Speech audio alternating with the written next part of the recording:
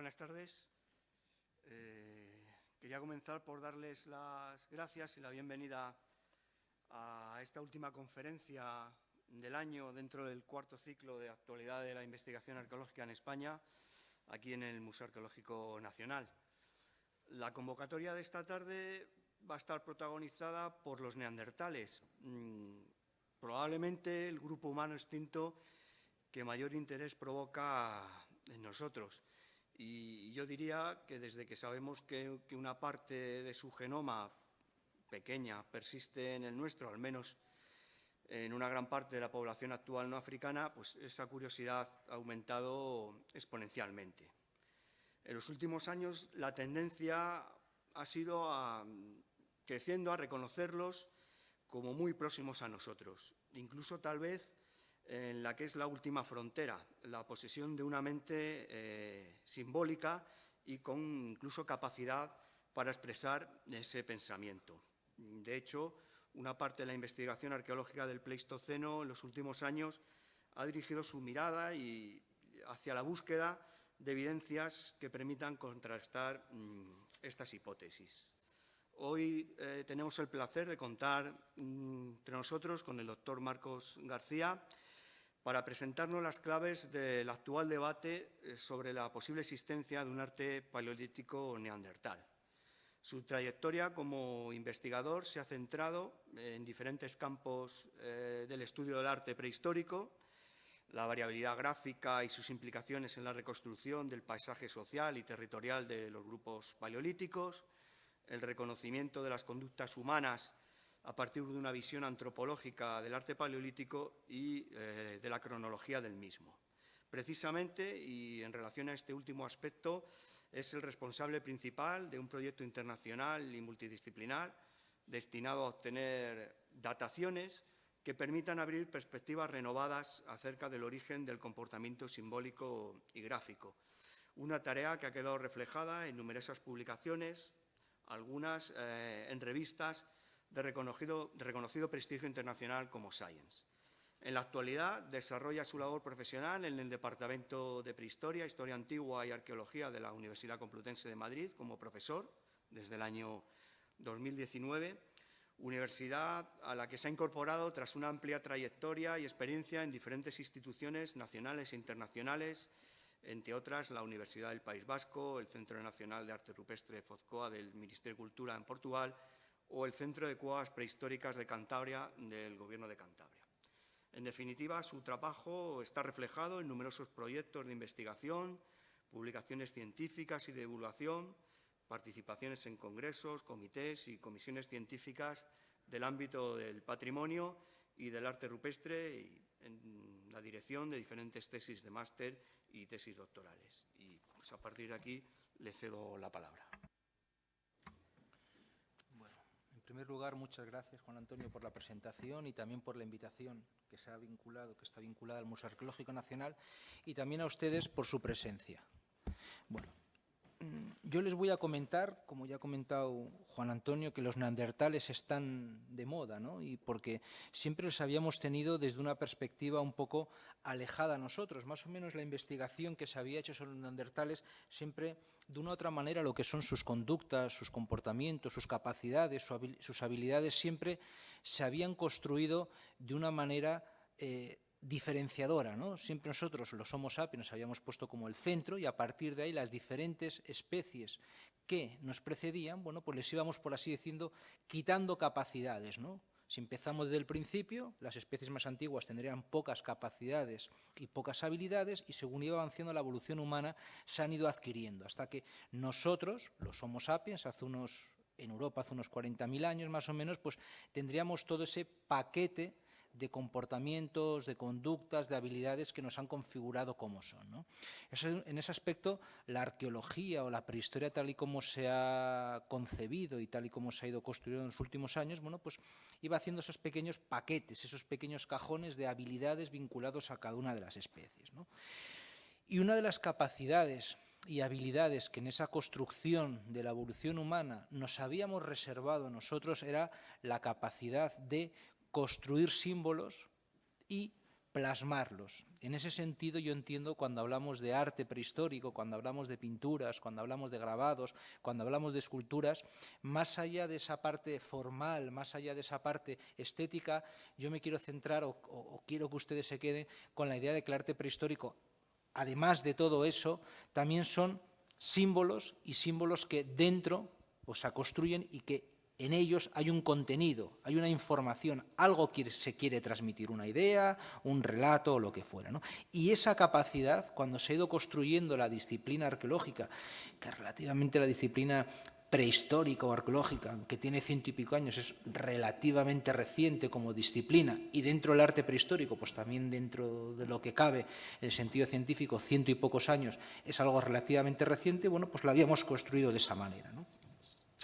Cuando hablamos de arte prehistórico, de arte rupestre prehistórico y en concreto arte rupestre paleolítico, bueno, simplemente es una imagen, nos referimos a esto, este es el icono nuestro que tenemos, que es la cueva de Altamira, y cuando hablamos de arte rupestre, pues nos referimos a todos esos dibujos, pinturas, grabados, principalmente eso, luego también hay esculturas, etcétera, que están sobre las paredes o en los techos, sobre todo en las paredes, del interior de las cuevas.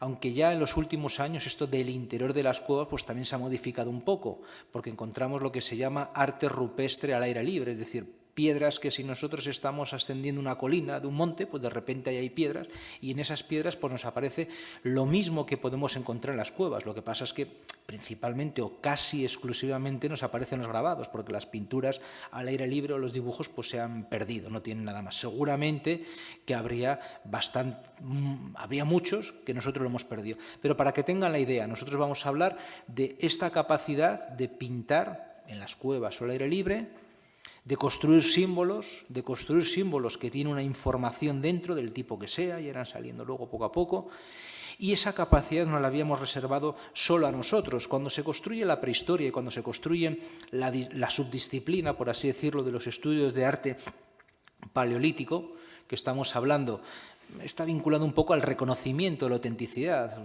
Ya conocerán ustedes la historia del descubrimiento de Altamira, toda la polémica que hay, si Altamira es auténtico, si la Altamira es falso, toda esa polémica que empieza en torno a 1879, 1880 y que dura durante unos 20 años hasta 1902-3, cuando uno de los mayores críticos que tuvo Marcelino de Sá de Sautura, el descubridor de Altamira, pues le dicen, no, me había confundido y realmente estas pinturas son prehistóricas. A partir de ese momento se admite que el arte rupestre es prehistórico y también se presupone que esas pinturas solo podían haber sido hechas por gente que tenía unas capacidades exactamente iguales que las nuestras, y la gente que tenía unas capacidades y habilidades exactamente que las nuestras no podía ser otra especie, tenía que ser nuestra misma especie, que es el Homo sapiens, los primeros Homo sapiens que llegan a Europa. Ese constructo, que es ese axioma, luego veremos, esa fórmula, y se construye una fórmula sin datos, y cuando digo sin datos, luego explicaré a qué me refiero sin datos. Me refiero sin datos numéricos. Cuando empieza la disciplina de arqueología, pues las cosas se van atribuyendo y se van construyendo unos esquemas de evolución, unos esquemas donde meter las cosas, el arte, las industrias líticas, el trabajo en el hueso, etcétera. Bueno, pues todo esto se va haciendo así. Cuando Altamira se descubre, de todas las especies que se conocían, que eran muy poquitas, pero se conocían al menos que había especies como las nuestras y otras especies anteriores, el arte rupestre, ese arte con estética, ese arte basado en las formas, ese arte que de una u otra manera era Altamira, porque estamos incluso, cuando se descubre la primera cueva, estamos hablando de unas cuevas más significativas y estéticamente más llamativas, se dice que solo podía haber sido hecho por gente que era como nosotros. Por lo tanto, ahí hay una atribución directa a que eran los primeros sapiens e indirecta a que no era un arte vinculado a especies que no fueran de Homo sapiens, es decir, que no fueran anteriores. Esta atribución también tiene un porqué historiográfico, que está vinculado al cómo se construye el concepto de Homo sapiens. El concepto de Homo sapiens, la primera vez que aparece por Linneo. Linneo fue un biólogo, un naturalista, que construyó una de las o la más tradicional, ¿no?, sistemática sobre la taxonomía de los animales, etcétera, ¿no? Y en eso, pues como animal que somos, también estamos, sobre todo lo desarrolla en la segunda edición, a mediados del siglo XVIII, en la primera no lo incluye, en la edición de 1758 incluye la definición del Homo sapiens. Fíjense ustedes, nosotros hoy en día, si yo a cualquiera de ustedes le pregunto qué es un Homo sapiens, lo más probable, o por lo menos en el ámbito de la prehistoria, en el ámbito de la arqueología, nadie me hablaría de capacidad y habilidades. Todo el mundo me diría que es un personaje, una persona, un humano, que si su mandíbula es de tal manera, que si su cráneo tiene tanta capacidad humana, que si sus extremidades son de una manera, que su columna y el foramen, todo, o que su cadera es de una manera. Siempre el 90% de la gente hablaría de caracteres anatómicos, nunca hablaría de características cognitivas, así lo tenemos nosotros. Pero realmente cuando se construye o cuando se formula por primera vez el concepto de Homo sapiens como especie, que fue Linneo, si se fijan aquí, esto está copiado de su edición, no habla de anatomía como hablamos nosotros, sino habla de aspectos cognitivos. Para él el Homo sapiens, el sapiens de Linneo, el Homo sapiens, era un hombre sabio, de sapiens, capaz de hacer operaciones conceptuales y simbólicas, es decir, construir símbolos y construir conceptos, como puede ser el lenguaje, crear los sistemas lingüísticos. Sistemas lingüísticos no solo se refiere también a la escritura o palabras que construimos, sino también se refiere a los símbolos entendido como condensadores de información y que tiene la capacidad de hacer un razonamiento abstracto. Razonamiento abstracto, en parte, o una parte a la que yo me quiero referir, significa a una realidad material dotarla de un sentido que no tiene que ver nada con su realidad material. Yo qué sé, pues por ejemplo, cuando utilizamos, palabras con dobles significados, pues un razonamiento abstracto, o cuando utilizamos una cosa para referirnos a un concepto, es decir, condensar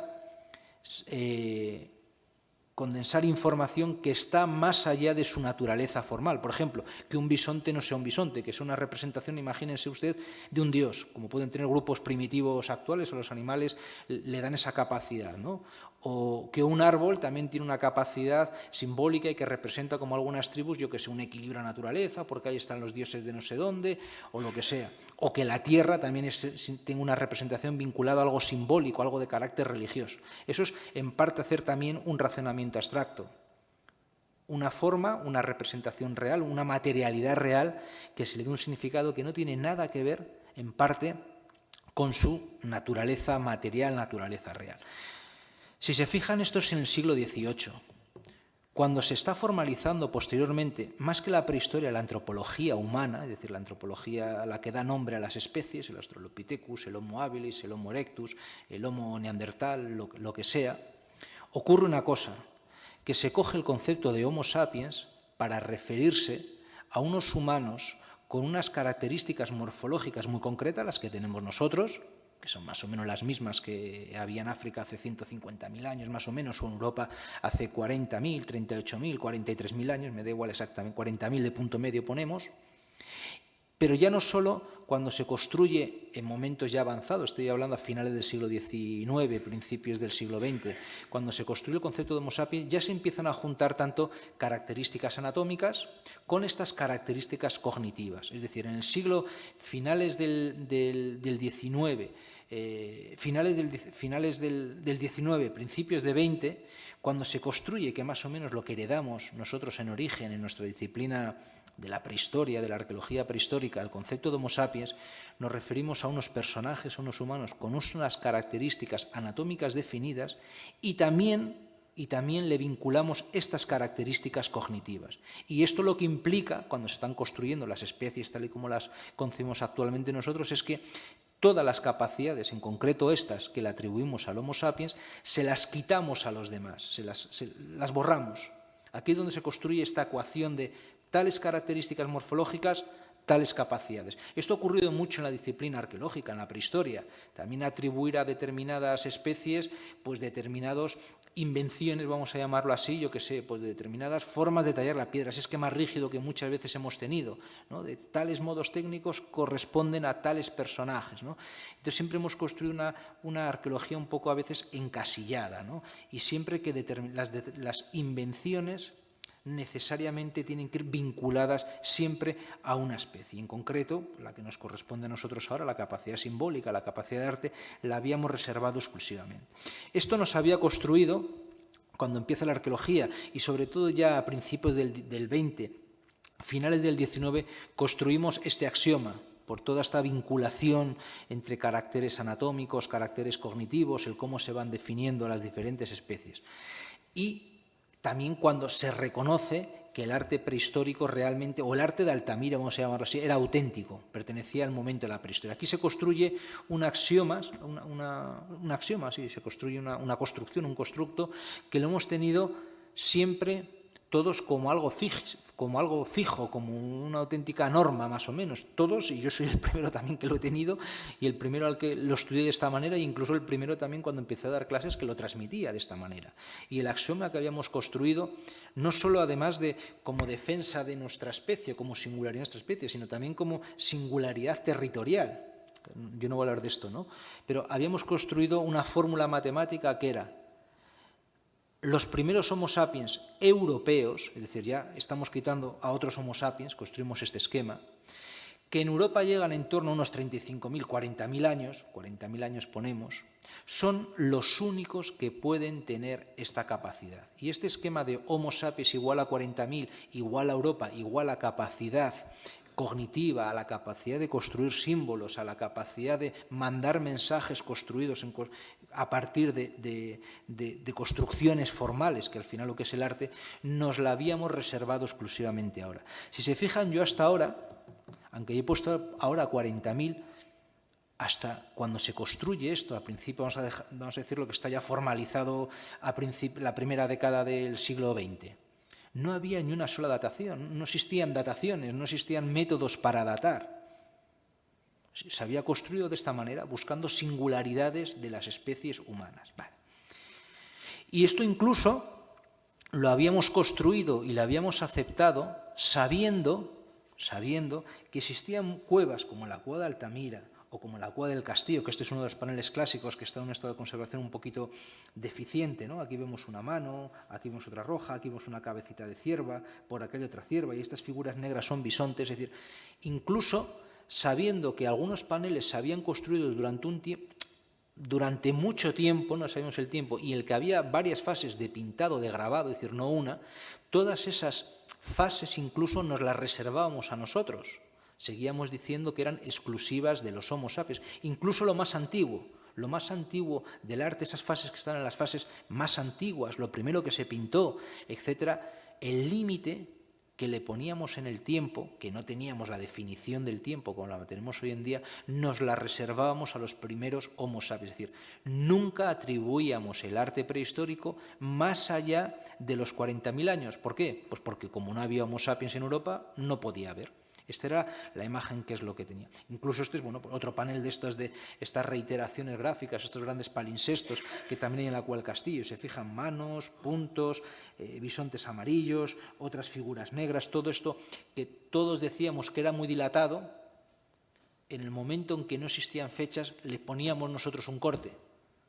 Y el corte era: no pueden ser nunca más de 40.000 años, porque no había Homo sapiens en la península antes de 40.000 años. Por lo tanto, no podíamos atribuir o no queríamos atribuir el arte a ninguna otra especie que no fueran nuestros primeros yos biológicos, por llamarlo de alguna manera, nuestros primeros representantes.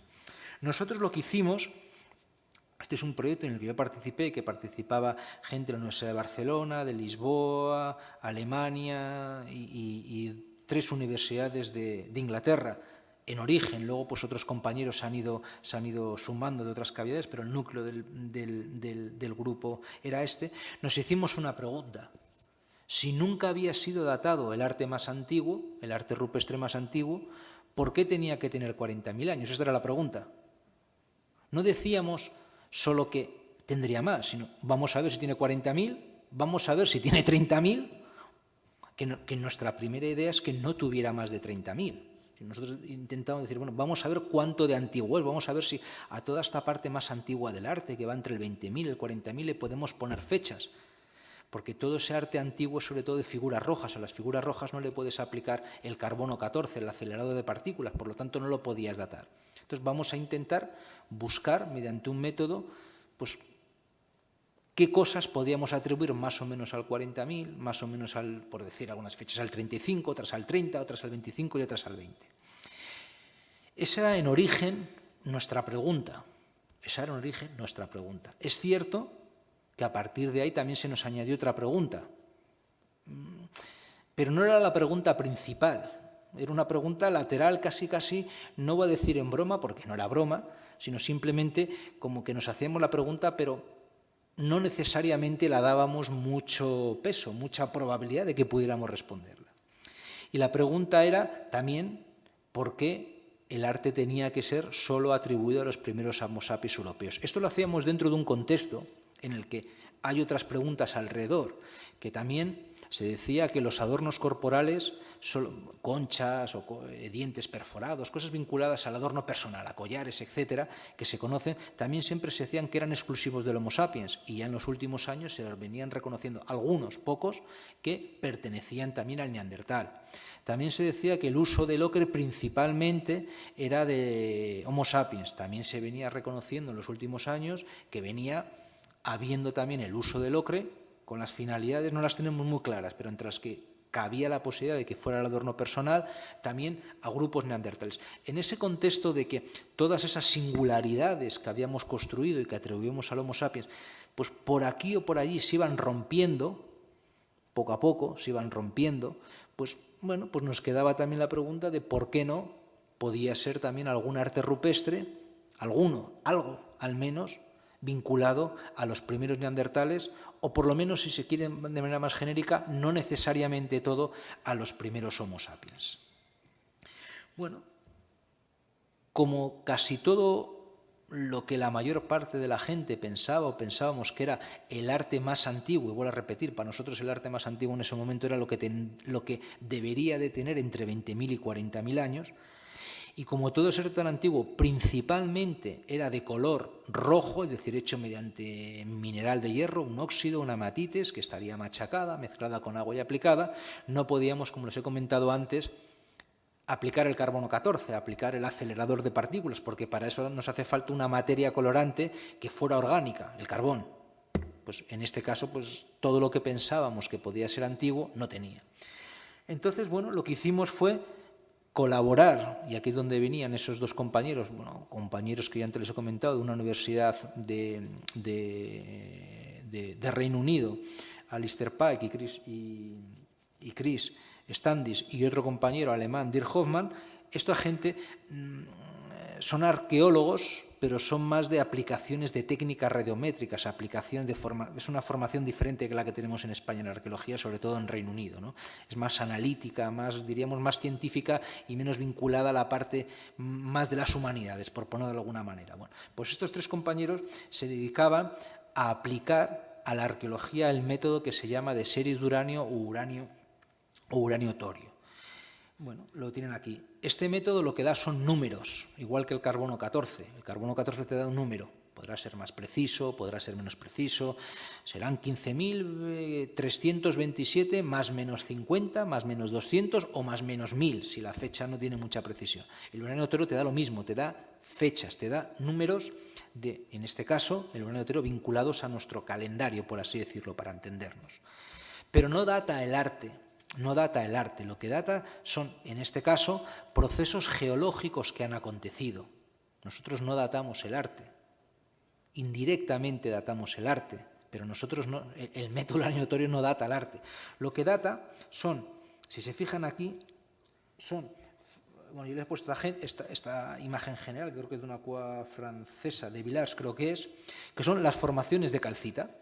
Las estalactitas, las estalagmitas, que cuando entran en una cueva y que la ven y que hay muy bonitas y más feas y de todos los tipos, esto es lo que data el uranio-torio. Data el proceso geológico vinculado a un carácter hídrico en el que te dice cuándo se han formado estas formaciones que vemos en el techo, que vemos en los suelos, que vemos en las paredes.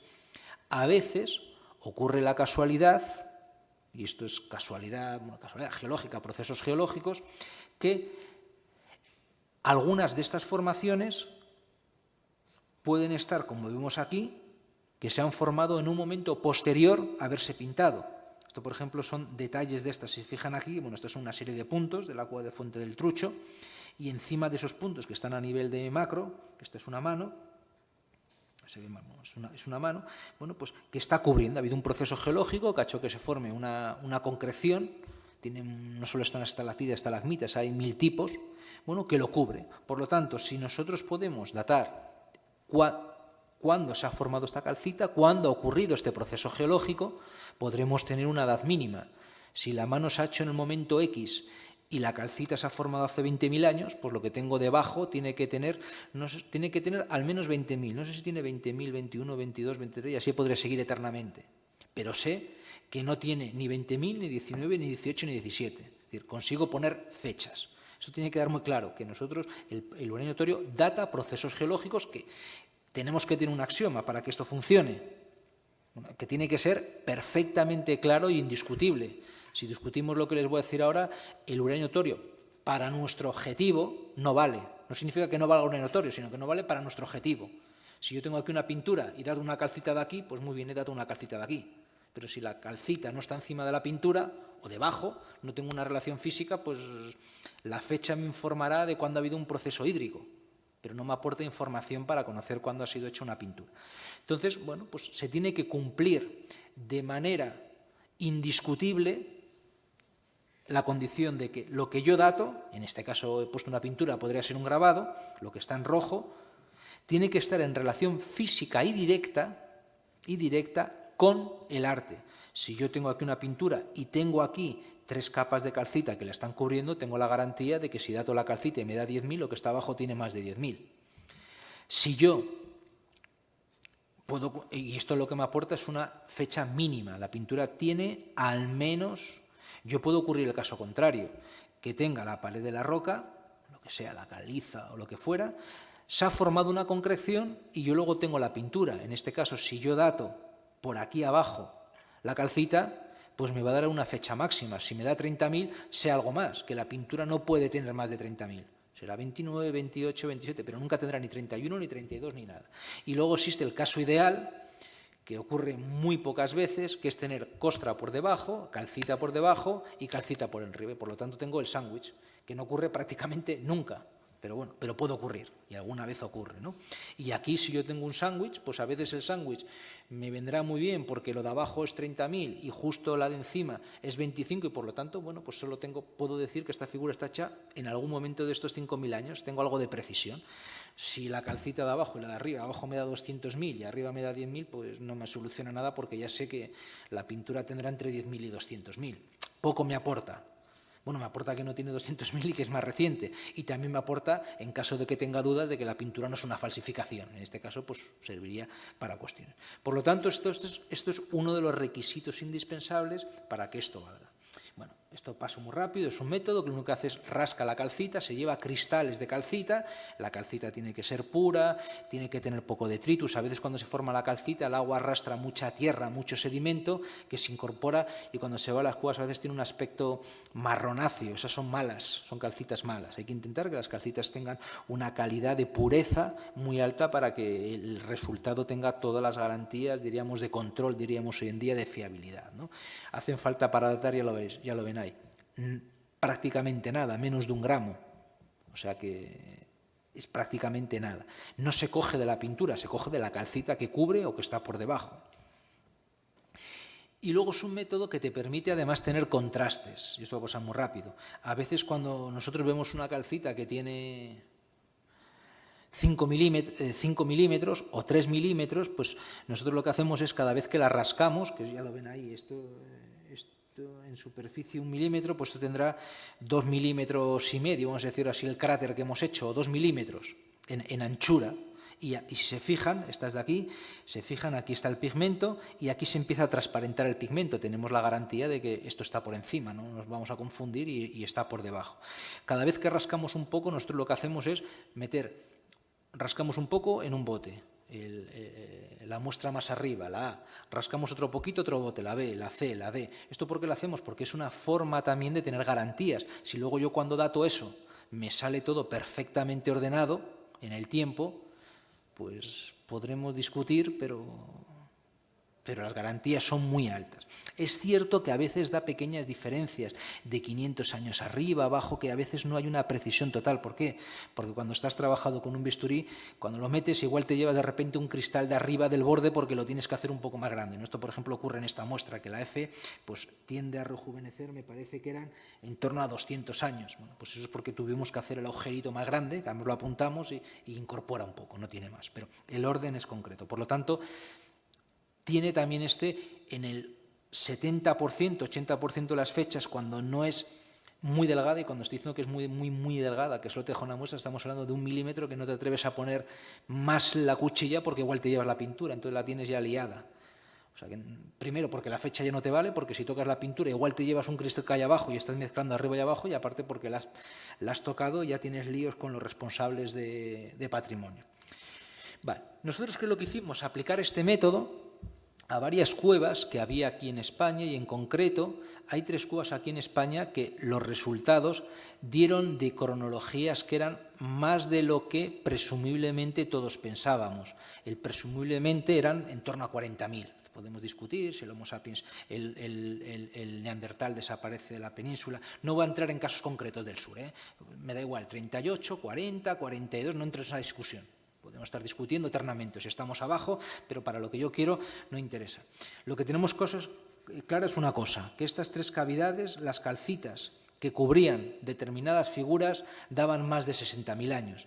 Nadie a fecha de hoy cuestiona que hace 60.000 años aquí había sapiens, por lo tanto solo había neandertales. Por lo tanto, si esa fecha da 60.000 años, a no ser que los antropólogos nos digan otra cosa y lo que pensábamos que eran restos de neandertales sean restos de sapiens, pues tendremos que seguir asumiendo que los sapiens no lo pudieron hacer. Por ejemplo, lo que les decía, en esta cavidad, ¿cómo trabajábamos? ¿No? Pues esto es un signo, bueno, esto es de la cueva La Pasiega, que está arriba en el norte, está en Cantabria, y es un panel complejo. Aquí ven todo esto rojo, pero esto es un motivo, realmente aquí hay parte de un lomo de otro animal, este es otro símbolo, y esta forma como de escalera, que esto no tiene que ver nada con la escalera, por llamarlo de alguna manera, esta escalera que tiene estos 2 palos laterales y estas traviesas, 1, 2 y 3, es el que está debajo de todo y es el que pudimos datarlo. En concreto, es un punto que está aquí. Aquí en la foto casi no da ni para apreciarlo. No da ni para apreciarlo. ¿Qué es lo que hicimos? Bueno, pues lo mismo. Sabíamos que estaba por encima, lo cogimos justo de encima. Cuando rascamos, se transparentaba que había un poco rojo, y cada uno de esos botecitos, vamos a decirlo así, cada raspadura, por llamarlo de alguna manera, lo metíamos en un bote. Aquí fue posible hacer 3 fechas. La calcita de arriba daba, esta es la fecha que interesa, 51.560 con un error de más menos 1.000. La calcita de un poco de abajo daba 54.000 y la calcita que estaba un poco más abajo pues daba en torno a 80.000, con un problema, con un más menos gigante. Si se fijan, 14 más menos 15.000 años. Este es un problema de límites, esto es lo que hay. El método, dependiendo de la calidad, es lo que da. Bueno, por lo tanto, tenía un orden estratigráfico. Ustedes se preguntarán, ¿por qué hay este salto? Porque entre la primera y la segunda son más o menos iguales, pero la tercera es mucho más viejo. Las calcitas, cuando ustedes entran a una cueva, nunca piensen, alguna vez ocurre, pero piensen que lo más general para pensar es lo contrario. Cuando ustedes ven una calcita en una cueva, normalmente eso no corresponde a un proceso único, sino que es la suma de procesos y procesos y procesos en el tiempo. Que esos procesos, dependiendo del sitio, de dónde haya grietas en la pared, de cómo haya sido la cantidad de CO2 que tenía el agua, de cómo haya sido la evaporación, etcétera, pues se pueden dar cada 10 años, cada 100, cada 1000, o de repente uno cada 1000, al otro cada 500, es decir, por lo tanto, no necesariamente una calcita, cuando tú la cortas ves microcapas, es del mismo momento. Bueno, pues en este caso, esto dio que este signo, la datación más antigua, la más vieja, tenía esta fecha. Nosotros lo que hacemos es, en vez de cogernos, cuando en las dataciones de arqueología, sobre todo del carbono 14, del uranio torio, de luminiscencia, cuál sea el método, siempre tienes un más menos, y aquí es donde está el juego. Nosotros hemos sido con nosotros lo más restrictivo posible. Esta fecha de 80.000 más menos 15.000 significa que la fecha es igual de probable que haya ocurrido ese evento geológico entre hace 95.000 años y 65.000 años. Nosotros siempre nos podríamos haber dicho, no, es que tiene 80.000 años el punto medio. Nosotros vamos a lo más reciente, porque es igual de cierto, de probable de cierto que la de 90.000, pero no vamos a irnos a lo más viejo porque vamos a poner el al menos 65.000 años. Siempre cogemos el tramo más reciente para que si la liamos lo menos posible. O la liemos cero en el sentido que 65.000 seguro que va a tener. 80.000 no lo sé, pero si digo al menos 65.000, pues entra todo lo demás. Bueno, este es el detalle, el sitio, ya lo ven aquí, que es prácticamente nada, y ya viene aquí, pues aquí se quitó una primera capa y luego se fue rascando una segunda y una tercera, y ven aquí cómo se consigue transparentar el pigmento rojo.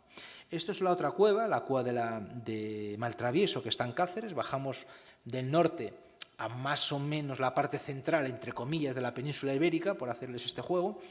Y bueno, pues en todo esto, que prácticamente no se ve, se ven por aquí como restos de, vamos a decirlo así, de colorante rojo. Está totalmente cubierto, entonces tú consigues sacar la mano y todo el rojo que tiene alrededor del soplarlo, pues lo consigues sacar mediante un tratamiento de imagen con ordenador de la fotografía, no tiene más. Y bueno, pues se ve que hay una mano y cuando tú soplas la mano, pues se forma un splattering, un salpicado alrededor. Cuando yo soplo, pues se genera un salpicado alrededor de la mano. La mano realmente no está pintada, es el negativo que me queda de la mano, ¿no? Y bueno, pues hubo posibilidad de coger calcita, que estaba recubriendo por aquí parte de todo ese salpicado. Y ya lo ven, aquí solo fue posible por el grosor de la costra coger dos. Ya está, a veces puedes coger mucho y otras puedes coger menos. Pues la de más arriba, lo tienen aquí, daba 42.000 años más menos 2.000, y la de abajo daba 70.000 años, pues más o menos unos 3.000. De nuevo, pues al menos unos 66.000 años. Y la otra cueva, que también se pudo datar, no se dataron más, lo que pasa es que muchas de las calcitas son recientes, que dieron fechas antiguas, es otra cueva que está, antes hemos visto Cantabria, Pasiega, Maltravieso en el centro, más o menos, y la otra está en el sur, que es la cueva de Ardales, que está en Málaga, en Andalucía. Entre las muchas pinturas que tiene es una gran columna que abajo, en la parte baja de la columna, tiene como estas cortinas. Imagínense los pliegues de una cortina no lisa, sino de las que se llevaban antes siempre, de esos pliegues, y en esos pliegues, pues en los laterales de los pliegues, alguien cogió y sopló pigmento con unas formas un poquito alargadas. Bueno, pues ahí lo que hicimos fue lo mismo. Aquí lo tiene un detalle de la parte baja, aquí se ven los pliegues y bueno, pues aquí se ve, bueno, pues todas esas formas que son así como alargadas que de nuevo están sopladas. Y bueno, pues aquí en algún otro caso, mire, fíjense por aquí. Por ejemplo, aquí tenemos una pintura roja que en una parte de ellas, aquí hay más pintura roja, fue cubierta, lo tienen aquí. Esto es una rotura que es una cueva que estuvo abierta desde finales del siglo pasado y bueno, pues en las visitas incontroladas la rompieron simplemente y hubo posibilidad pues de coger donde nunca puedes coger, de dentro. Para coger de dentro la mayor parte, para coger máxima y mínima, por encima y por debajo, pues las de abajo normalmente habría que romper, que nosotros no lo hacemos, pero en este caso ya estaba rota y la aprovechamos, ¿no? O fíjense aquí tienen todo esto rojo, el rojo va por dentro y luego la ha cubierto, no la ha cubierto totalmente porque se ha desarrollado el proceso, vamos a decirlo así, localmente. Bueno, pues aquí está este pequeño agujerito, este cráter que tendrá, pues, no lo sé, esto es 1 centímetro, pues tendrá 2 milímetros, vamos a ponerlo. Y bueno, pues si se fijan aquí se transparenta también el rojo, por lo tanto, aquí en la cueva de Ardales hubo posibilidad de hacer 19 fechas, me parece que eran, 2, 4, 6, 8, 10, bueno, 14 fechas que eran significativas, hay más fechas, pero que eran significativas para estos momentos anteriores a los 40.000 años. Y encima había la posibilidad, en algunos casos, de haber cogido por debajo y por encima, por lo tanto había sándwich. Vale. Estos resultados que nos dieron, bueno, se los voy a condensar, dieron que algunas de esas proyecciones de color, por llamarlo de alguna manera, alguien ha soplado con formas pseudocirculares, pseudolipsoidales, cuando sopló buscaban esa forma, no son formas cualquiera, simplemente tienen esos patrones pseudocirculares o pseudolipsoidales, siempre se buscan esas formas, están buscadas, no son casuales. Algunas nos decían las costras que se hicieron hace al menos 65.000 años, más antiguas, otras se hicieron, estoy hablando siempre en ese pilar estalagmítico, me estoy refiriendo a este pilar que hemos visto antes, donde estaban todas esas cortinas, por llamarlo. Otras se hicieron entre 53.000 y 46.000 años, me parece que eran, y otras se hicieron antes de 42.000 años. Es decir, sabemos que en ese pilar se pintó al menos hace 60.000 años o 65.000 años. Alguien pintó entre el 53 y el 45, otro momento de ejecución. Y alguien pintó también en torno a unos 42.000 años. Es decir, que a ese pilar ha habido, las proyecciones de color que hay ahí se han repetido al menos que sepamos durante 3 momentos diferentes separados entre ellos por varios milenios. Por lo tanto, ha habido una reiteración en el propio espacio, que luego hablaremos de ello. Yendo exclusivamente a las fechas, luego iremos viendo las otras derivaciones que tienen las fechas, ¿no? Pero la primera casi se las anunciaba al principio. Es decir, estas fechas de 60.000 años, en un contexto en el que en la península ibérica no hay un Homo sapiens, podremos discutir si el primer Homo sapiens llega aquí a la península hace 38, 42 o 45.000 años, pero nadie acepta que antes del 45.000 años haya Homo sapiens. Por lo tanto, las fechas del 65.000 sí o sí son hechas por no sapiens y, lo más probable, por lo que sepamos, por poblaciones neandertales. Por lo tanto, esto lo que implica es que la capacidad de hacer este tipo de pinturas muy sencillas, luego veremos sobre ellas, no es una capacidad y exclusivamente de nuestra especie Homo sapiens, sino que también la tenían especies humanas anteriores a la nuestra. Y eso lo que significa es que ese concepto sapiens que nosotros nos hemos reservado no es exclusivo, sino que puede haber homos de cualquier tipo, pero que cognitivamente, vamos a decirlo así, sean sapiens, porque tienen la capacidad de hacer eso en sitios recónditos, es decir, han tenido que bajar a la cueva. No les he contado, esa formación que hemos visto aquí en Ardales, este pilar, esto no está en la entrada a la cueva. Esto tienes que entrar en la cueva, tienes que bajar 100 y pico metros, tienes que llegar a la sala y dentro de la sala está en un lateral. Es decir, y ahí han estado yendo hace 60.000 años, hace 50.000 años y hace 40.000 años. Por lo tanto, la capacidad de generar formas en lugares, formas buscadas, ese símbolo como escalera, esa mano, esas proyecciones de color, que son formas que tendrán su significado, que podremos estar discutiendo, no es una capacidad exclusiva la nuestra. No es una capacidad exclusiva de nuestra especie.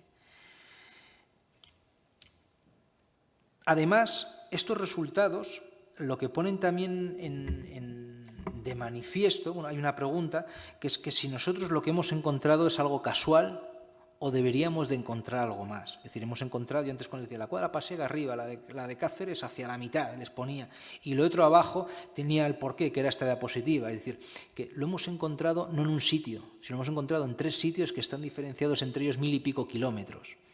Por lo tanto, nosotros pensamos que la capacidad de hacer este arte rupestre deberíamos de encontrarla también en otras cosas. Probablemente no sea un fenómeno que lo encontremos con una densidad como podemos encontrar pinturas en momentos más avanzados, sino que probablemente es una capacidad extendida, sea una habilidad extendida y probablemente que territorialmente, en el territorio, no sea tan extendida probablemente o tanta densidad territorial ni tanta densidad numérica como momentos posteriores.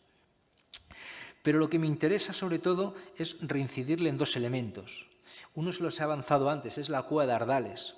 La cueva de Ardales decía que en ese pilar pintaron hace al menos 65.000 años, hace al menos entre 50 y tanto, pongo entre 50.000 años, no sé si eran, y hace unos 42.000 años. Y les comentaba que había que llegar al sitio, había que entrar en la cueva que está allí perdida, literalmente perdida en el monte, ya tenemos un factor. Pero para nosotros perdida, que lo de perdida es para nosotros. Hay que meterse, hay que ir al sitio y durante miles de años han estado allí yendo. Eso significa que estas poblaciones tenían que tener, primero, un sistema de comunicación simbólico que perduró durante miles y miles de años y se transferían la información de dónde estaban esos lugares simbólicos de manera reiterada en el tiempo. Pero no solo eso ocurre, sino que ocurre también que en la cueva de Ardales, aparte de tener esas figuras, hay figuras que ya no solo son de estos momentos neandertales, sino que son de diferentes momentos del Homo sapiens. Hay figuras de hace 30.000 años, figuras de hace 20.000 años, figuras de hace 15.000 años, incluso figuras de hace 3.000 o 4.000 años, ya de sociedades productoras que no tienen que ver nada con los que pintan en las cuevas, que son cazadores-recolectores. Por lo tanto, la cueva de Ardales ha habido un sistema de transmisión de información entre grupos humanos que arrancó hace 65.000 años y ha perdurado hasta hace al menos unos 3.000 años. No necesariamente tiene que ser continuo, pero ha habido algo. Esto ocurre en prehistoria. Cuando hablamos de arte rupestre, hay cavidades. Ustedes probablemente cuando hablan de arte rupestre, lo más probable es que si les pregunto nombres de cuevas, probablemente me digan la mayor parte las más conocidas, que son Altamira, las del Monte Castillo, Tito Bustillo, etcétera. Es decir, son las que todo el mundo conoce. Pero todas esas cuevas que son tan grandes, que tienen tantas figuras, que tienen figuras de muchos momentos, realmente es lo infrecuente. La mayor parte de las cuevas tiene unas poquitas figuras que son todas de un momento sincrónico. Encontrar lugares como Ardales, como Altamira, como la cueva de la Pasiega, la que hemos visto antes del signo, es lo infrecuente.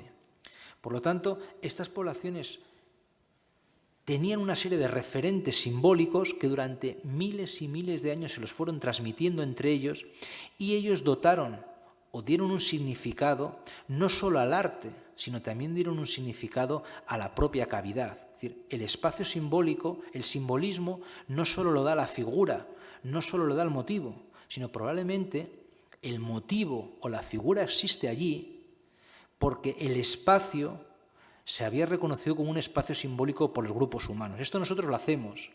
Para nosotros, más allá de las creencias que tiene cada uno, ustedes fíjense, la mayor parte de las figuras religiosas, ¿dónde están? Están en las iglesias. ¿Y por qué están en las iglesias? Y no están en medio de mi casa. Porque es el espacio simbólico donde tienen que dar las cosas. La figura se hace, la escultura se hace para que esté ocupando un lugar simbólico y además probablemente en un espacio concreto de ese espacio simbólico, ¿no? Por lo tanto, la cueva de Ardales, la cueva de la Pasiega son conjuntos, por ponerle una comparación que no es cierta, pero viéndolo desde el punto de vista del espacio simbólico, no de la interpretación, que aquí en estas cavidades arranca una tradición que nosotros la tenemos asentada como humanos, como personas, que es la creación de espacios simbólicos que han perdurado durante miles de años para transmitir un mensaje. Esto no es una cosa exclusiva de las religiones actuales, vamos a llamarlo, sino que al menos hace 60.000 años, que sepamos, esto ya existía. Se dotaba los espacios de un valor simbólico y se tuvo que transmitir. Esto, por ejemplo, ocurre en la cueva de la Pasiega. La Pasiega, bueno, yo les he dicho antes, nosotros hemos dado esto, pero aquí hay figuras que este caballo, esta figura como de ciervo, el cuervo, que son figuras, creemos que mucho, pues no están datadas, creemos que mucho más recientes. Por lo tanto, ha habido una reiteración en el uso. ¿Esto qué es lo que pone en causa? Esto desde el punto de vista de la evolución humana, yo antes les comentaba lo de que ese arranque de los espacios simbólicos que nosotros en muchos casos lo atribuimos al mundo de nuestras religiones actuales, más allá del pensamiento de cada uno, que siempre crea espacios referentes y espacios donde se transmiten y espacios donde se condensa toda la tradición religioso, cultural, etc. Esto es importante porque aquí surge una pregunta. La pregunta es si quienes hicieron esto en las cavidades eran conscientes de lo que hacían. Eran conscientes de lo que hacían no solo en el momento, no solo para la gente, para lo que lo hacían, es decir, para sus propios, diríamos, congéneres, para su propio grupo, sino la pregunta es si eran conscientes de que algún día, es como cuando nosotros hacemos hoy en día cosas, que las dejamos para el futuro, ¿no? Ahí está la pregunta. La pregunta es si estos grupos humanos realmente tenían la conciencia del tiempo futuro. Es decir, esas imágenes que vemos de estos signos tan antiguos o de los bisontes de Altamira, que tienen que tener un significado, que nosotros nos peleamos para ver realmente cuál es, que hay media docena de hipótesis, por lo menos, y más allá de la discusión o cual sea, todos aceptamos que son símbolos que condensan algo, que condensan una idea, que condensan un mensaje, como cualquier escultura que tenemos en cualquier iglesia. Pero quienes hicieron esto, ¿realmente lo hacían para ellos o realmente lo intentaban proyectar para las generaciones futuras? Bueno, para responder a esta pregunta, y esto sí que es interpretación, yo les doy mi opinión. Yo pienso que Cuando tú entras en una cavidad como Altamira, como Tito Bustillo, como la Cúa del Castillo, si nosotros fuéramos a pintar allí hace 20.000 años, y yo antes les he mostrado, por ejemplo, en la Cúa del Castillo, que había montones de figuras superpuestas, o si quieren, quédense con lo conocido por todos, la Cúa de Altamira, el techo de los polícromos. El techo de los polícromos es una pequeña parte, debajo de los bisontes hay figuras de animales, figuras de signos, es decir, que son mucho más antiguos. La pregunta es si alguien que fue a pintar allí el bisonte, que vamos a poner sin entrar en la discusión, que tiene 14.000 años, de una cosa fue consciente, de que cuando llegó al techo y entra allí, algo más había antes. Esto es una cuestión de percepción, esto no se puede negar.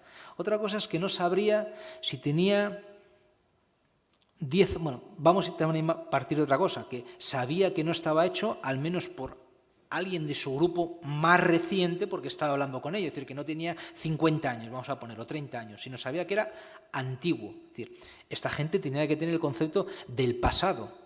Igual que lo tenemos nosotros, lo que pasa es que nosotros lo definimos numéricamente. El concepto de pasado es algo abstracto hasta que nosotros le ponemos números y lo podemos referenciar en 1, 2, 7 o 14. Pero el concepto del pasado, tú cuando entras en una cavidad y ves ahí un panel, el techo, que está lleno de figuras, pues sabes que eso es anterior a ti. Por lo tanto, el concepto de lo anterior y lo anterior vinculado al pasado lo tenía. Y aquí viene la pregunta. Si yo soy consciente de que voy a pintar sobre algo o al lado de algo que es parte del pasado, yo me puedo cuanto menos cuestionar que lo que yo hago algún momento será pasado. El momento en que yo me cuestiono que lo mío en algún momento ya no es presente, sino que puede ser pasado, lo que estoy diciendo es que lo mío se va a proyectar en el tiempo. Este es el mundo de los símbolos, este es el mundo de la magia de los símbolos, crear cosas para que la función de transmitir algo, luego podremos cambiar el significado, lo que nosotros queramos. Eso es como el mundo del arte paleocristiano, que luego lo reciclan, vamos a decirlo así, formalmente los romanos. A veces lo cambian de significado, pero lo reciclan el símbolo. Eran conscientes. Por lo tanto, yo pienso que quienes pintaron en las cuevas, en todos estos paneles que acumulaban y acumulaban, no solo eran conscientes de que alguien algo había hecho en el pasado, sino que también eran conscientes de que lo que habían hecho en el momento se iba a proyectar en el futuro. Y cuando tú proyectas algo en el futuro, lo que intentas es mandar un mensaje al futuro. Mandar un mensaje al futuro, yo no voy a decir que sea condicionar, al menos sí que hace reflexionar al que viene luego. Yo no voy a utilizar la palabra condicionar, que esto se vincula mucho en el mundo de las religiones, transmitir mensajes cerrados, porque no sabemos cuánto de cerrado podía ser el mensaje que quería transmitir. Y esto es tremendamente importante. Por eso yo a veces digo que las cuevas son como nuestros primeros discos duros, ahora que está muy de moda, en el sentido de que los discos duros tienen el problema de que nosotros hoy en día podemos ver la información en cualquier lado. La proyecto en el tiempo y la puedo consultar desde cualquier lado. Esto sería un disco duro inmóvil, pero yo la información la puedo dejar para luego, la puede consultar cualquier persona que sepa dónde está el disco duro, lo puede proyectar. Por lo tanto, las cuevas tienen esta capacidad de mandar mensajes al futuro, y cuando tú construyes un disco duro también esto lo podemos ver, y esto ocurre en las cuevas. Tú al disco duro yo puedo entrar en el archivo y donde ponía Pepito le pongo Juanito, los puedo modificar. Este concepto de modificación también de la información de los mensajes lo vemos en las cuevas. Algunos de estos paneles, pocos iguales porque también pocos sabemos reconocerlos, sabemos que algunas figuras que habían sido hechas en el momento 1, lo más antiguo, alguien vino en el momento 2 o en el momento 3 y las retocó. Por lo tanto hay una revitalización, vamos a llamarla así, del símbolo, ¿no? Que es otro elemento que nos sirve también en este discurso de construir símbolos para el futuro, porque yo rehabilito lo antiguo para que me valga ahora e incluso para darle un nuevo valor. Por lo tanto, esto es exactamente lo que hacemos nosotros con nuestros símbolos, lo que hacen prácticamente, digo por ponerle una vinculación, que no es así todo el mundo, las religiones con sus símbolos, crear espacios y crear espacios que sean perdurables en el tiempo, para que el mensaje, o al menos para que el símbolo que tiene un mensaje perdure. perdure, y luego cada grupo lo podrá modificar, perdure. Y para eso necesito rehabilitar el símbolo, necesito a veces ampliarlo, a veces simplemente lo que necesito es marcar que está vivo, retocándolo porque la pintura se ha perdido, porque el surco no sé qué, o porque la imagen pues ha perdido la policromía y la tengo que restaurar para que se vea, etcétera. Consecuencia de este discurso que le estoy contando y que está vinculado también al mundo neandertal, bueno, pues es con los neandertales donde empieza ese primer momento de reutilización de la construcción de esos espacios simbólicos y de la reutilización de entornos gástricos. Esto lo que implica, como les decía, es la transmisión de esa información, la proyección de la información hacia el futuro y la dimensión simbólica de los espacios. No solo es importante el símbolo, no solo es importante la figura, sino es tanto más o incluso del significado el espacio, el lugar donde están, probablemente tenga tanto más importancia, probablemente el símbolo existe porque existe un espacio. Esto no nos tenemos que olvidar nunca. Los símbolos muchas veces existen porque están donde tienen que estar. Cuando los quitamos del sitio donde tienen que estar, pierden su función. Pierden su función. Un símbolo que está desinstalado, vamos a llamarlo así, que no está en su sitio, probablemente pierde la fuerza, pierde su sentido. Y construir espacios simbólicos y proyectarlos en el tiempo con mensajes y con símbolos es una cosa que ya hacían hace 50, 60.000 años poblaciones anteriores a la nuestra. Esto que les cuento de esta capacidad, que no es exclusiva nuestra, con las implicaciones que les estaba contando ahora que tiene, al principio les comentaba que se incluía también ese discurso que yo les comentaba de los colgantes, del uso de los colorantes, etcétera, que lo habíamos reservado solo para nosotros, para los Homo sapiens, y que también lo hemos visto en poblaciones anteriores. Yo no se lo he querido contar antes, pero cuando se producen estas dataciones, estos descubrimientos, se publican, se genera toda una polémica que está sobre todo vinculada a dos elementos. Uno, a la aplicación correcta del método, y otro, a que si lo que se está diciendo puede ser o no cierto. Es decir, si rompe, vamos a decirlo así, el axioma ese que les comentaba antes de esa ecuación, 40.000 años igual a Homo sapiens, igual a cognitivamente sabio y igual a Homo sapiens europeo.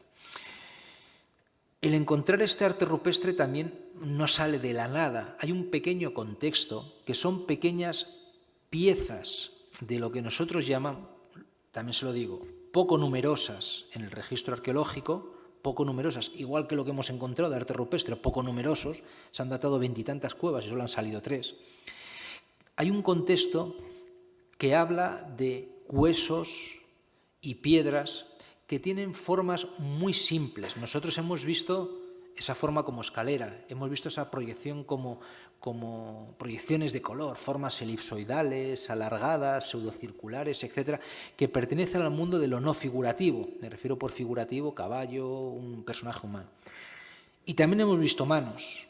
Y uno me puede decir, no, la mano es un tema figurativo. Y yo le diré, sí, pero no es una construcción figurativa. Es decir, las construcciones figurativas implican un proceso mental de yo veo una cosa, la sintetizo y la plasmo formalmente.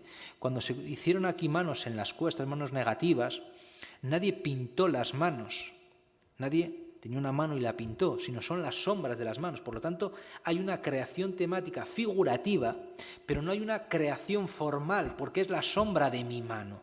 En ese sentido son formas no figurativas.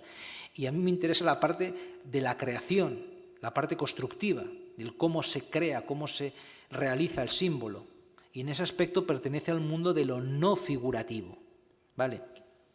Existen varios ejemplos en Europa, en el mundo, de arte no figurativo que encontramos también en momentos anteriores a los 40.000 años, que son, pues como lo ven aquí, esto es una piedra que tiene como una forma de cruz. Esto es otra piedra que tiene esta forma zigzagueante. Esto es otro hueso que tiene esta forma, se lo ven aquí, estas series de líneas paralelas y otras, bueno, pues un poco paralelas y un poco, si quieren así, radiadas, ¿no? que se abren. Son construcciones no figurativas, perfectamente ordenadas, no son marcas de carnicería ni nada, que están hechas de esa manera. Incluso tenemos en otros yacimientos, bueno, pues este tipo, siempre aparecen formas lineales, como ese símbolo de escalera, formas no figurativas.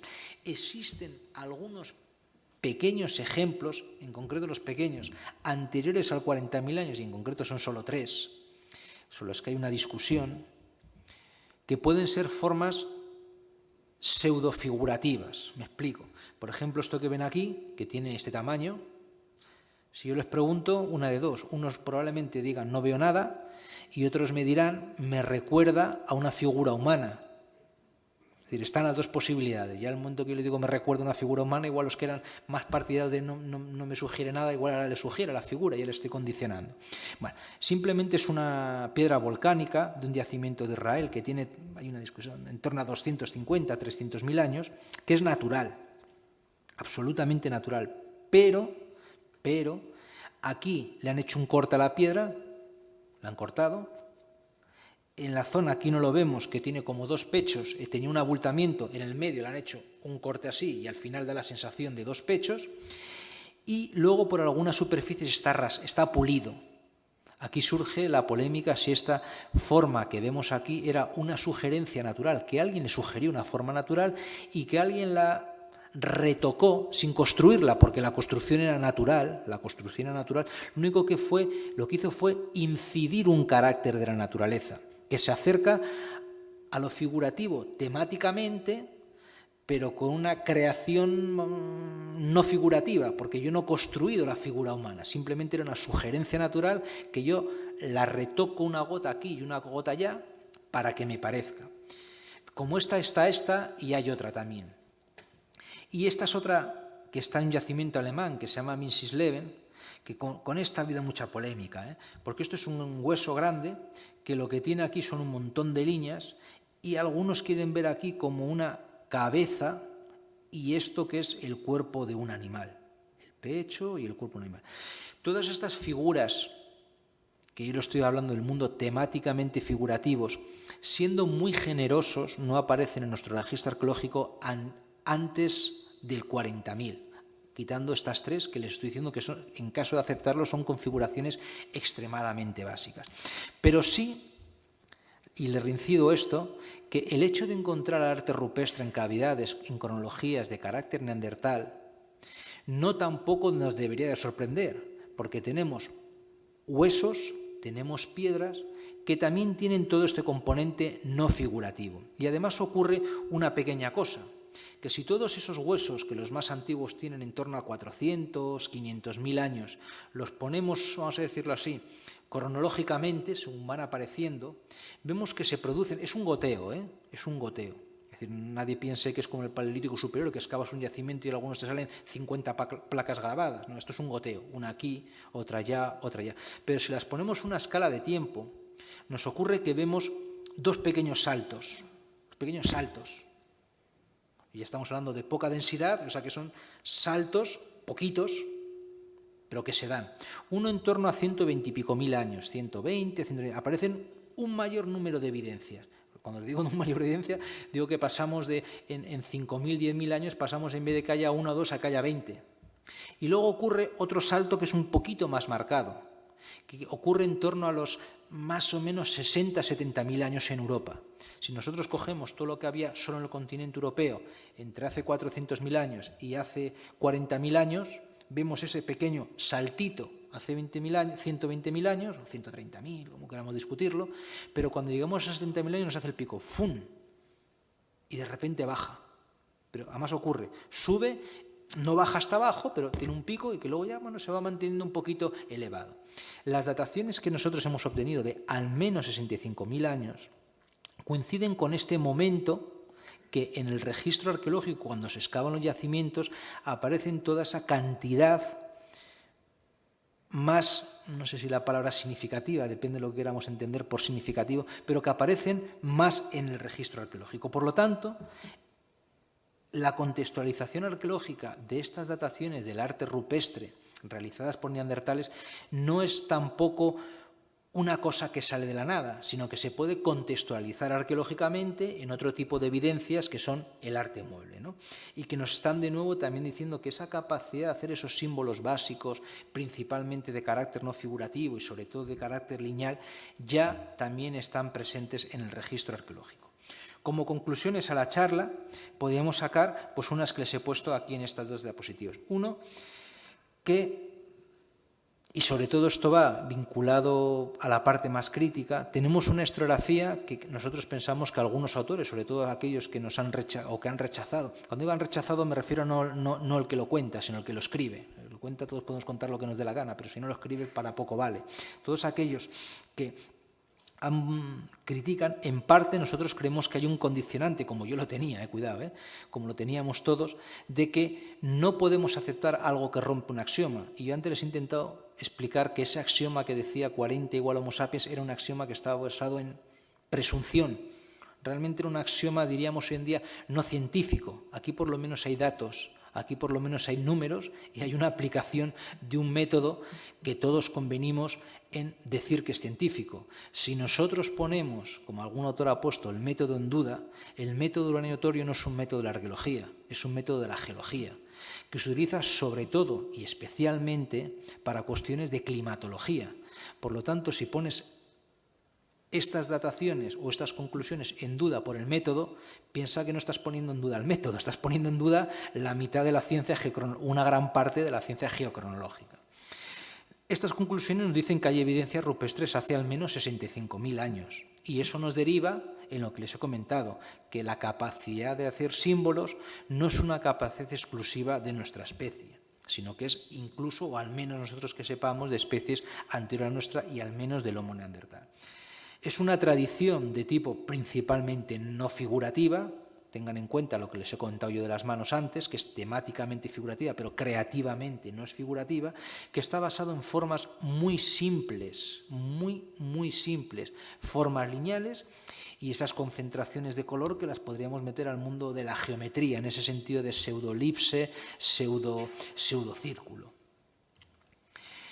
Y también otra conclusión es que la creación o la aceptación de estas fechas lo que implica es no solo aceptar que especies anteriores a nuestras tienen esta capacidad de hacer símbolos y mandar mensajes, sino también de construir lugares simbólicos, de construir lugares donde se condensaba la información y quería que se proyectara, lugares con capacidad para proyectar en el tiempo mensajes, para proyectar en el tiempo, información diríamos codificada, en el sentido de que cada figura representa un concepto, ¿no?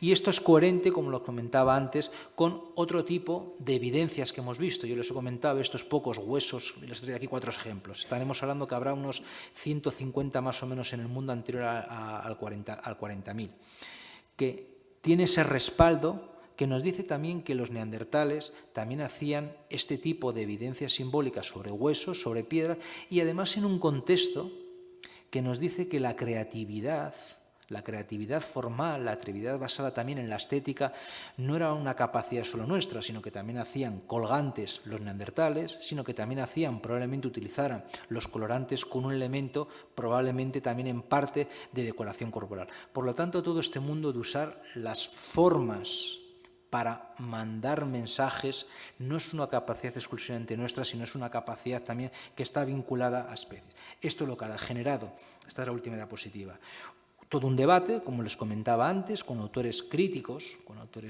que, pues eso, que no se lo creen, porque va en contra de 100 años de investigación, y nosotros lo que queremos decir es que no va en contra de 100 años de investigación.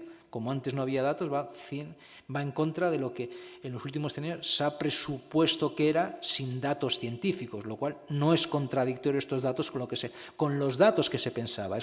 Es contradictorio con la construcción teórica que habíamos hecho, pero no con los datos arqueológicos, porque no había ninguno. No porque nadie los hubiera buscado, porque no se podían aplicar los métodos de datación al arte rupestre hasta que no ha habido una serie de avances, vamos a decirlo así, físico-químicos en el mundo de la radiometría o radiogeocronología. Por lo tanto, no hay que echar la culpa a los anteriores, sino simplemente pues, no podían verlo. Y lo que tienen ahí, las capacidades de creación de lenguajes gráficos, bien sean soporte muelo rupestre, no son singulares especificidades del Homo anatómicamente sapiens, sino que cualquier humano que tendría la capacidad, o sabemos que son los sapiens que tienen la capacidad de hacer esos símbolos, pues probablemente son y han sido igual de sapiens considerando el concepto de Linneo, cognitivo de Linneo, que somos exactamente nosotros. Muchas gracias y espero pues que les haya servido.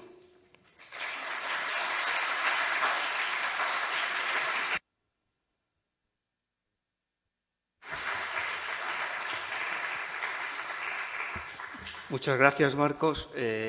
Y ahora, si alguien del público asistente desea formular alguna pregunta, pues podemos abrir un... Sí, por favor. Sí.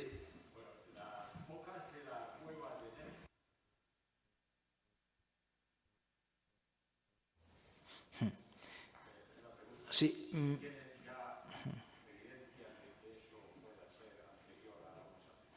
Pregunta, el chico pregunta si hay una cueva que está mala, que se llama la cueva de Nerja, que hay unas focas pintadas allí, si realmente pertenecen o pueden pertenecer a los neandertales. Me imagino que será eso por una información que salió. Bueno, hay autores que piensan que el arte rupestre se puede datar contextualmente. Ahí en Nerja no dataron las pinturas. Lo que hicieron fue, las focas están como una columna, que está aquí, vamos a decirlo así, y en la sala, es una sala, no es excesivamente grande, tampoco es pequeña, había carbones por el suelo. En concreto había unos carbones que estaban colocadas como en un pie estalagmítico. Imagínense una columna que está partida y en el trozo donde está partida que había unos carbones. Entonces, esos carbones cuando los dataron dieron 40, no me acuerdo, dieron de un momento no sapiens, de un momento posiblemente neandertal. Y lo que hicieron fue, como yo tengo aquí un carbón neandertal, voy a llamarlo así, lo que está en esta sala pintada tienen que ser neandertal. Eso es datar el arte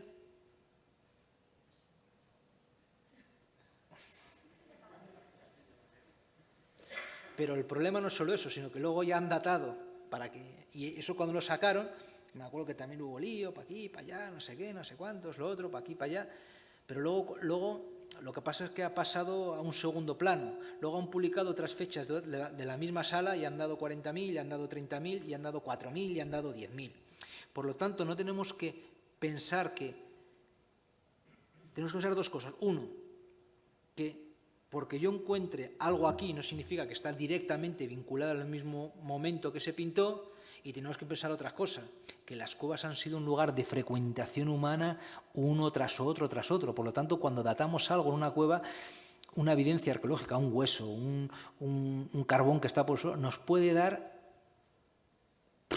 lo que te dé la gana, de cualquier momento en que la cueva ha sido frecuentada. Por lo tanto, la utilización de las dataciones de frecuentación humana, utilizarlas para datar el arte, pues poco valor tiene. Entonces, eso está olvidado hoy en día. Está olvidado.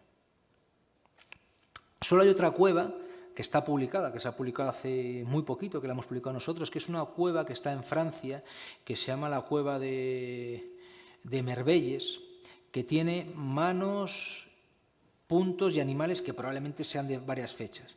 Lo que pasa es que nosotros lo hemos publicado sin darle bombo, vamos a decirlo así, o no ha habido bombo por lo siguiente, porque nosotros normalmente en los muestreos siempre hacemos o intentamos hacer siempre dos muestreos. Uno de la parte más de arriba, a ver qué nos salen, porque si nos da aquello que todo es muy reciente, cada datación cuesta un dinero. Y decimos, pues esta costra aparentemente reciente no vamos a ir muestreándola porque no nos va a dar información de lo que nosotros queremos para nuestro objetivo. Entonces, en esa cueva obtuvimos una primera tanda de baterías. Cada vez que tú haces una tanda tienes que de nuevo pedir permisos, y en Francia pues nos bloquearon todos los permisos y no hemos podido hacer una segunda tanda para confirmar los datos. Aún así, los hemos publicado hace menos de un mes, que son discos y dan entre 50 y 70.000 años. Lo que pasa es que nos hacen falta porque solo hay una datación de cada uno de ellos, no está esa secuencia estratigráfica de varias fechas. Tendríamos que volver al punto y ya que sabemos que es 50.000 o 70.000 que hay alguna, seguir profundizando. De primeras lo hemos hecho porque si es reciente pues no lo tocas más. Y a volver a esa segunda tanda a profundizar, no solo para encontrar que sea más antiguo, sino para garantizar que hay una secuencia y la fecha no tiene ningún problema y se la puedes ir a discutir a donde te dé la gana, pues esa segunda fase no han dejado hechas. Hemos publicado los resultados diciéndolo que pensamos que las fechas son buenas, porque la calidad de cosas de uranio, de relaciones isotópicas, etcétera, son buenas, pero para darles una garantía total habría que volver a que no se nos ha dejado volver a. Es la única cueva, es la otra, aparte de estas tres, que se ha podido hacer y en el que pondríamos, por los que hemos firmado la mano, los autores, la mano, pues la pondríamos la mano con, pues eso, con 4 dedos y 2 falanges del tercero. Nos guardaríamos una falange por si acaso.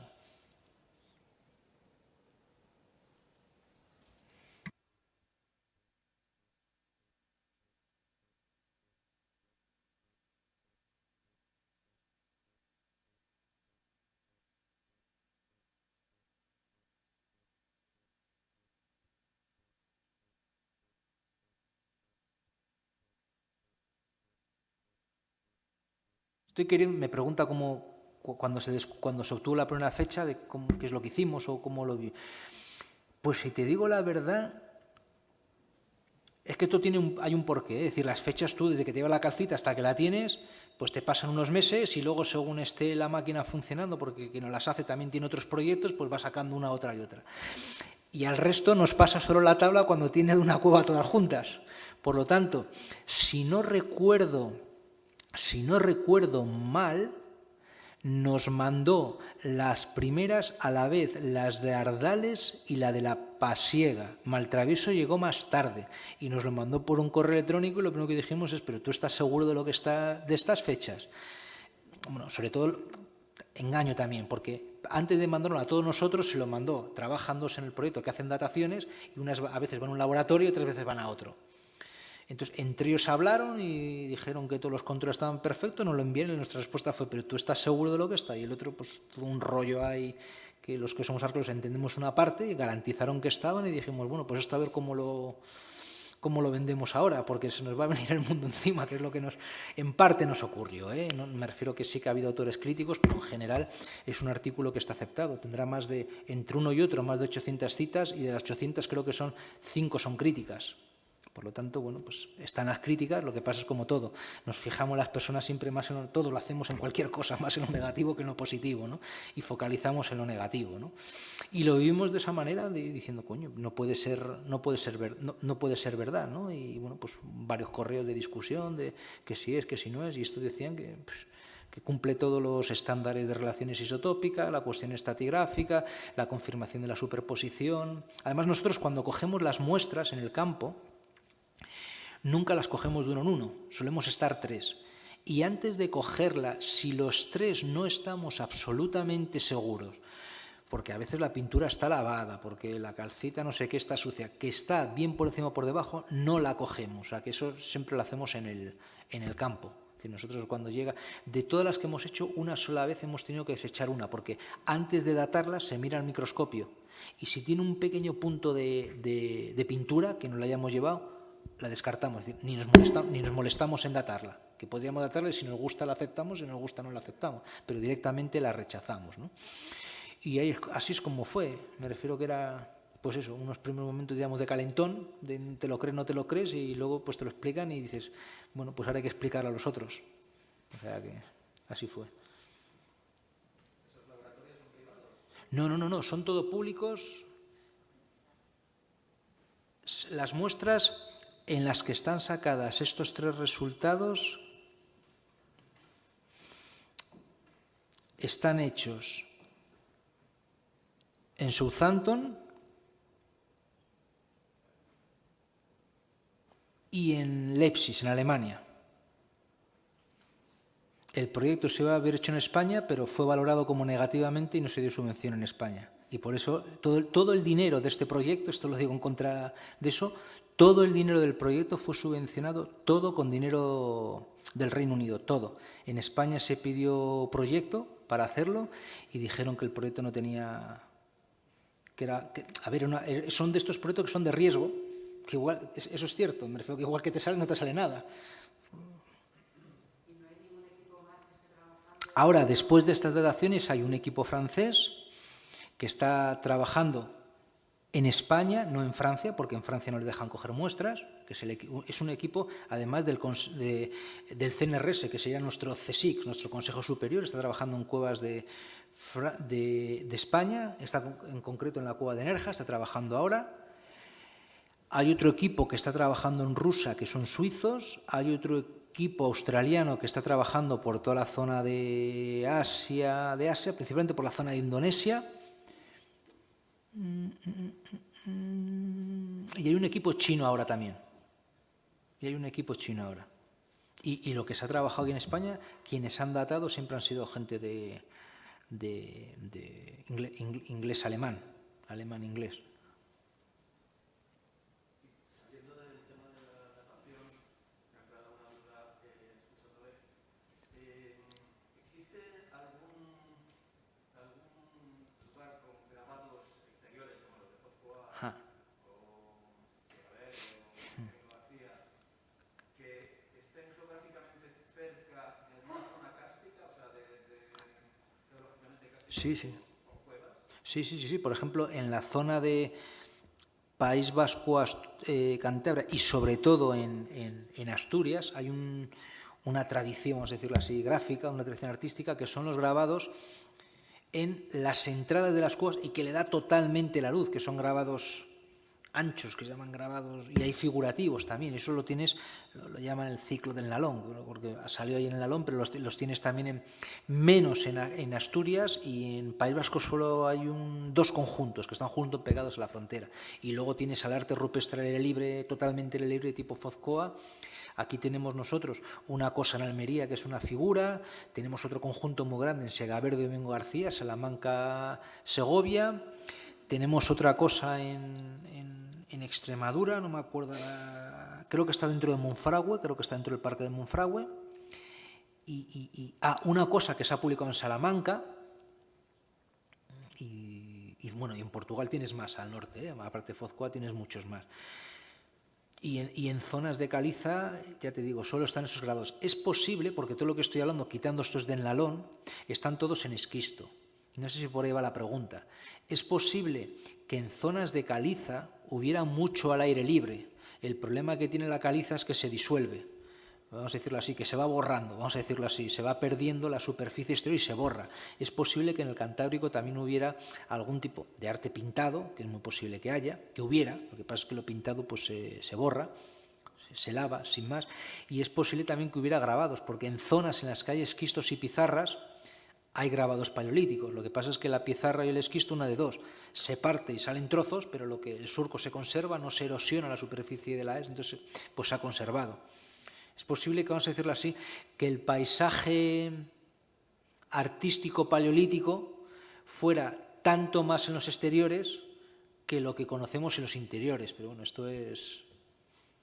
Por ejemplo, hay un sitio que ahora estoy trabajando, que es en Azerbaiyán, en Gobustán, que es un sitio declarado Patrimonio Mundial, que yo no lo sé, te pones a mirar y solo ves rocas. Da igual donde mires, aquello es una locura, es que te asustas, dices, ¿dónde me he metido? Porque aquello es imposible. E incluso hay pinturas, hay unas pinturas que habían caído dentro de un sedimento, que son unos antropófagos muy grandes, que tienen al menos 10.000 años, porque están al menos unos 9.000, 10.000 años tendrán, y que eran pinturas que se han salvado porque se cayó la pared, se cubrió rápidamente por sedimentos y se ha mal conservado, pero se ha conservado. Pero seguro que habría más. Es un problema de conservación. No tiene más. El paisaje sería muy diferente, el paisaje artístico, por ponerlo de alguna manera, la monumentalización artística del paisaje natural seguro que era muy diferente a la que hoy en día nos puede... Los datos nos dicen que son. Seguramente que era absolutamente y radicalmente diferente. Habría, no sé si todo por todos los sitios, pero sí que mucho por muchos sitios.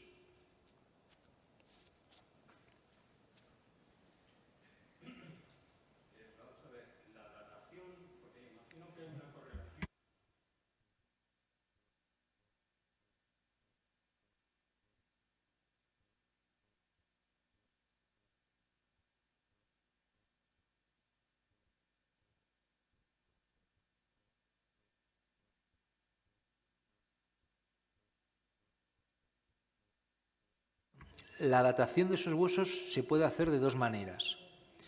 Uno, datando el hueso, que es por el método... Bueno, lo que voy a decir es un absurdo. No se puede hacer de esa manera porque el carbono 14 solo te llega hasta el 45-50.000 años los huesos. Por lo tanto, una de dos, tiene justo uno de 45, 48, que hoy en el mejor de los casos te llega a 55, que hay alguno, y lo puedes hacer. Normalmente lo que se data es tú los restos arqueológicos, cuando excavas un yacimiento, está en tierra. Entonces tú, esa tierra, que tiene diferentes capas, diferentes niveles, porque los colores son diferentes, el sedimento es diferente, lo que sea, pues tú puedes decir, mira, este es un evento geológico, se formó este nivel, este es otro, este es otro, este es otro. Entonces, cuando los restos aparecen en este nivel, normalmente no solo aparecen los restos humanos, aparecen restos humanos, aparecen otro tipo de evidencias y a veces, cuando son cronologías más allá de 50.000, pues aparecen costras, es decir, igual que la calcita te cubre la pared de una cueva, a veces se forman concreciones en los suelos porque ha habido agua en el suelo y se evapora. Entonces tú puedes datar, en este caso, esa concreción por un año torio y puedes decir pues, que ese sedimento, esa calcita que cubre el nivel tiene al menos 50.000 años, un método. Otro método que puedes datarlo, depende de los contextos, pues por ejemplo es, sobre todo cuando estás en contextos aire libre, por la luminiscencia. Tú puedes datar cuándo ha sido el último momento en que un grano de cuarzo, vamos a decirlo así, le ha dado la luz. Y eso te llega pues, a cronologías de 400, 500 y incluso algunas se han datado de 700, 800.000 años. Pues si tú datas los granos en los que está el hueso, pues si tú sabes que este sedimento se depositó aquí hace 500.000 años, pues el hueso tiene que tener en torno, poco arriba, poco abajo, 500.000 años. Datar restos neandertales se hace de esa manera, datando algo del contexto, del nivel, o datando algo del contexto, del proceso de formación, que es lo más frecuente, del depósito, y bueno, pues lo datas de esa manera. Es una datación indirecta.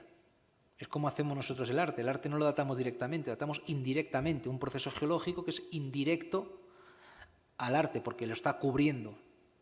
Una datación indirecta, un antecuen, un poscuen. Los huesos, piensa que los huesos... Bueno, hay una forma de hacer un año torio que no es utilizar los isótopos del torio, sino que es no me acuerdo ahora cuál es. Es otra relación isotópica, es la del un año con no sé qué, que se puede datar algunos huesos, no me acuerdo ahora cuál es. Pero prácticamente los huesos directamente de lo que estamos hablando se suelen datar por el contexto sedimentario, por el contexto geológico.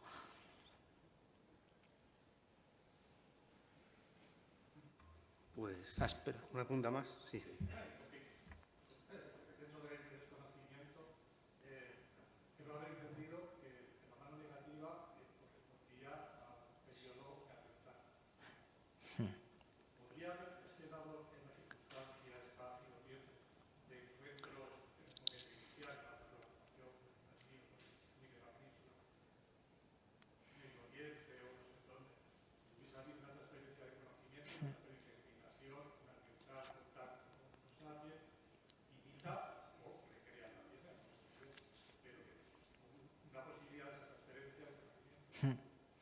Esta pregunta es buena y no tenemos ni idea.